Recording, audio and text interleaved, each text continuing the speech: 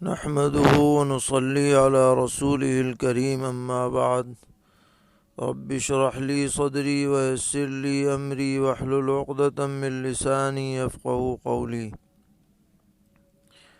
دینی رہنمائی کی مجلس نمبر 169 میں سبھی سامعین کی خدمت میں السلام علیکم ورحمۃ اللہ وبرکاتہ عرض ہے۔ آج کی مجلس کا پہلا سوال یہ ہے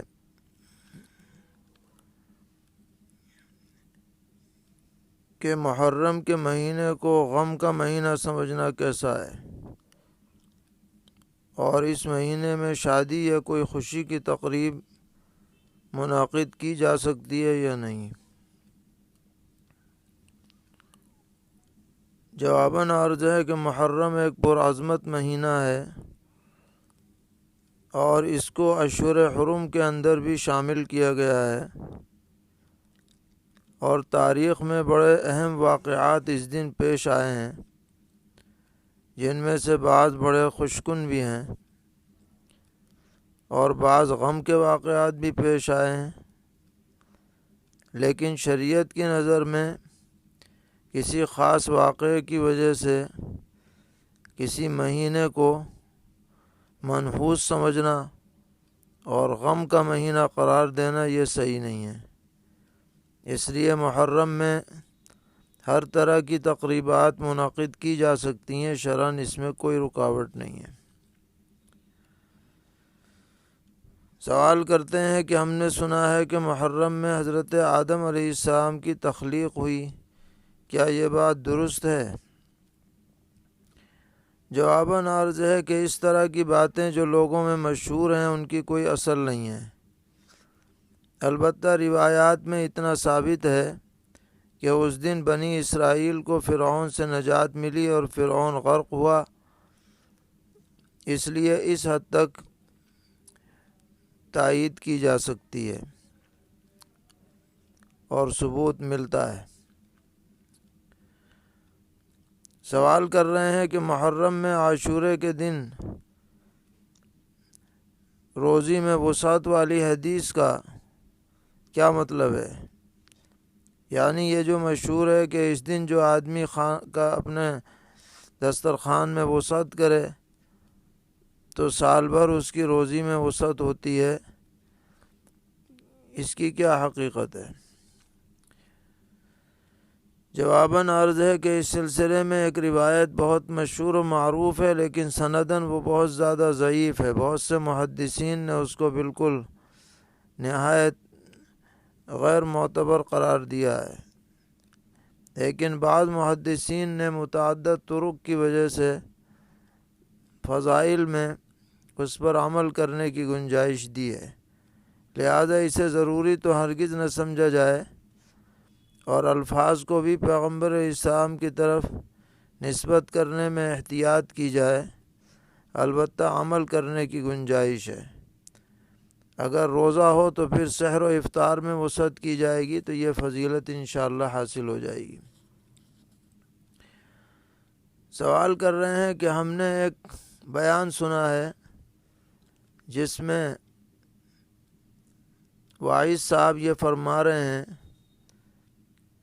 کہ سیدنا حضرت حسین رضی اللہ تعالی عنہ کی شہادت پر رونا یہ پیغمبر علیہ السلام کی سنت ہے، اور اس سلسلے میں انہوں نے حضرت ام سلمہ رضی اللہ تعالی عنہ سے ایک روایت نقل فرمائی ہے جس میں یہ ذکر ہے کہ نبی اکرم علیہ الصلاۃ والسلام نے سیدنا حضرت حسین رضی اللہ تعالی عنہ کو اپنے سینے سے چپٹایا اور بہت زیادہ آپ پر گریے کی کیفیت طاری ہوئی، اور یہ فرمایا کہ میری امت انہیں شہید کر دے گی۔ تو ان صاحب کا یہ کہنا ہے کہ جب حضور اکرم علیہ السلام شہادت سے پہلے رو رہے ہیں تو ہمیں شہادت کے بعد بھی رونا چاہیے۔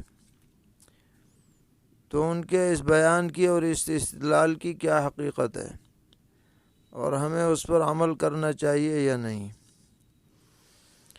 جواباً عرض ہے کہ کسی کی شہادت پر اس طرح سے غم منانا شرعاً جائز نہیں ہے۔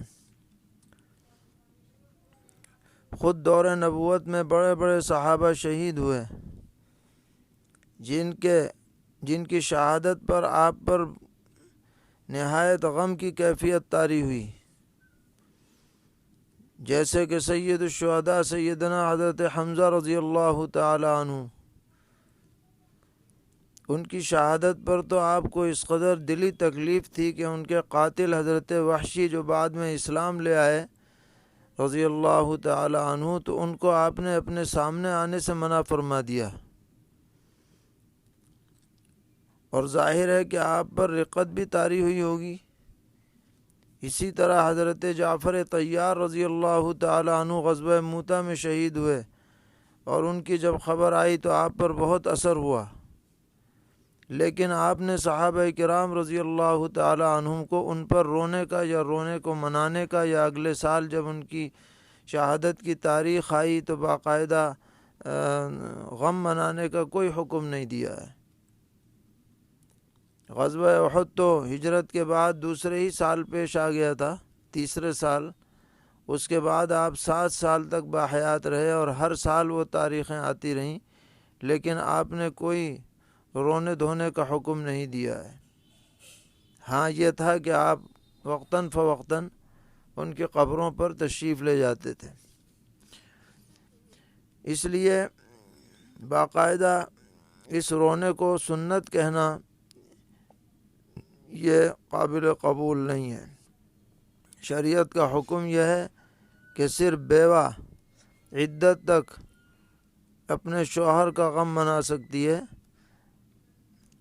اور بیوہ کے علاوہ کے لیے 3 دن سے زیادہ سوگ منانا جائز نہیں۔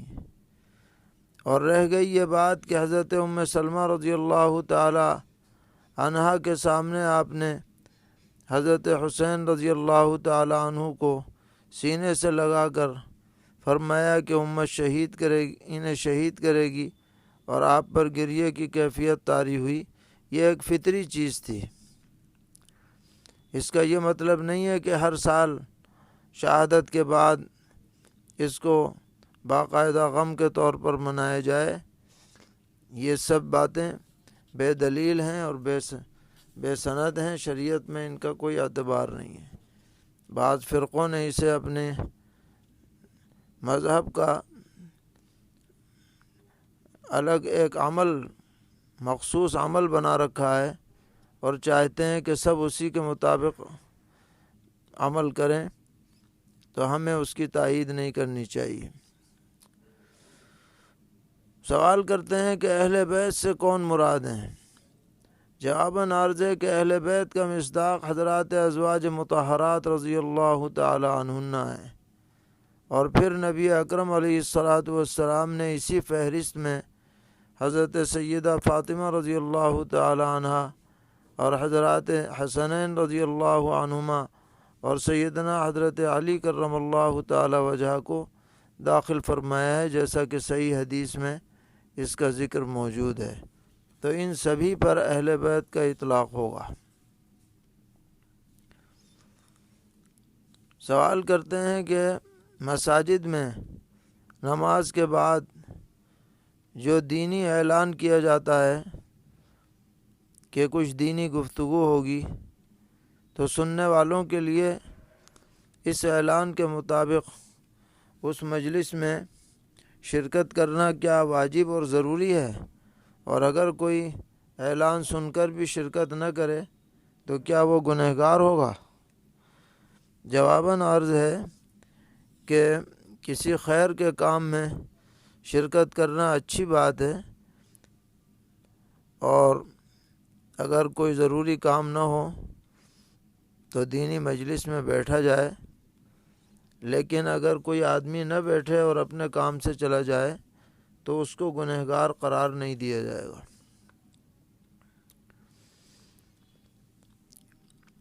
ایک سوال کرتے ہیں کیا دین کی بقا کے لیے تبلیغ کا مروجہ طریقہ ضروری ہے؟ اس کے بغیر دین باقی نہیں رہ سکتا۔ جواباً عرض ہے کہ تبلیغ کا مروجہ طریقہ تجربے سے بہت نفع بخش ثابت ہوا ہے، اس لیے غلو سے بچتے ہوئے اس میں حصہ لینے میں حرج نہیں، لیکن یہ شرعی اصطلاحی اعتبار سے خاص یہ طریقہ فرض یا واجب نہیں ہے۔ اگر کوئی شخص اس میں شامل نہ ہو اور کسی دوسرے طریقے پر دین کی دعوت کا کام انجام دے تو آخرت میں اس سے کوئی مواخذہ نہیں ہوگا۔ اور یہ جو سلسلہ جاری ہوا، حضرت شاہ محمد الیاس صاحب رحمۃ اللہ علیہ نے تقریباً 100 سال پہلے سے یہ جاری فرمایا۔ دین تو اس سے پہلے سے باقی ہے اور جاری ہے، اس لیے یہ کہنا کہ اسی پر دین کا مدار ہے یہ غلو کی بات ہے، اس سے بچنا چاہیے۔ یہ اچھا کام ہے، اس کی تائید بھی ہونی چاہیے، لیکن اسی پر انحصار نہ ہو۔ اسی سلسلے میں سوال کرتے ہیں کہ اگر علماء دعوت کا کام نہیں کریں گے تو کیا علم ان سے اٹھا لیا جائے گا؟ جواباً عرض ہے کہ دعوت دین کے لیے کوئی مروجہ طریقہ لازم نہیں ہے، اور یہ سمجھنا کہ دعوت صرف تبلیغی جماعت کے نظام میں منحصر ہے یہ درست نہیں ہے۔ دعوت ایک عام لفظ ہے جس کا مطلب یہ ہے کہ دوسروں تک دین پہنچانا اور دین کی دعوت دینا۔ اب اگر کوئی شخص اپنے حساب سے وعظ و نصیحت کے ذریعے لوگوں سے مل کر یا کتابیں لکھ کر یا تدریس کے ذریعے دین کی دعوت کا کام انجام دیتا ہے تو یہ نہیں کہا جائے گا کہ وہ دعوت کے کام کو چھوڑ رہا ہے، بلکہ وہ بھی دعوت ہی کے کام میں لگا ہوا ہے، اگرچہ صورت الگ ہو سکتی ہے۔ اور جب تک وہ اپنی ذمہ داری ادا کرتا رہے گا تو انشاءاللہ وہ علم سے بھی فیضیاب ہوگا اور دوسرے بھی اس کے علم سے فیضیاب ہوتے رہیں گے۔ اور علم تو جب بھی اٹھے گا تو اہل حق علماء جب دنیا سے رخصت ہوں گے ان کے ذریعے سے علم اٹھے گا، جیسا کہ حدیث میں وارد ہے کہ جب اہل حق علماء دنیا میں نہیں رہیں گے تو لوگ جاہلوں کو اپنا مقتدی بنا لیں گے، جو الٹے سیدھے فتوے جاری کریں گے، خود بھی گمراہ ہوں گے، دوسروں کو بھی گمراہ کریں گے۔ اللہ تعالیٰ اس وقت سے ہم سب کو محفوظ رکھے۔ پوچھتے ہیں اگر نماز وتر 3 کے بجائے 4 رکعت پڑھ لی اور تیسری رکعت پر قعدہ بھی نہیں کیا تو کیا سجدہ سہو سے نماز وتر ادا ہو جائے گی؟ جواباً عرض ہے کہ اگر وتر میں تیسری رکعت پر قعدہ نہیں کیا ہے تو یہ پوری نماز نفل ہو گئی اور اثر نو ادا کرنی ہوگی۔ وتر اگر یہ وتر نہیں ہوئی لہذا وتر اثر نو ادا کرنی ہوگی۔